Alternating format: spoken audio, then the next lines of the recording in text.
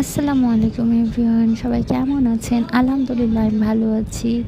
এই দেখেন আজকে আমার ভাবি রান্না করেছে পোলাও, পটল ভাজা, তারপরে শসা টমেটো দিয়ে সালাদ, এদিকে ছিল লেবু কাটা, চিংড়ি মাছ ভুনা। ভাবি কিন্তু অনেক ভালো রান্না করতে পারে। আর এখান থেকে লেবু কাটছে আর রান্না করেছে আলু দিয়ে গরুর মাংস। এখানটায় আমি বলছি একটু আলু দিয়ে রান্না করতে, যেন আমাকে আলু দিয়ে গরুর মাংস বেশ ভালো লাগে, ঝোল ঝোল। তো যাই হোক, এখন ভাবি সবাইকে প্লেটে খাবার বেড়ে দিচ্ছে।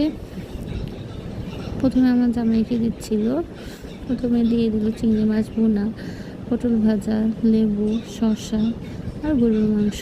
শুক্রবার বানেই কিন্তু একটু ভালো খাওয়া, তাই না? শুক্রবারটা আমাদের মুসলমানদের জন্য ঈদের দিন। আর আমরা গতকাল রাত্রে ভাইয়ার বাসায় আসছি।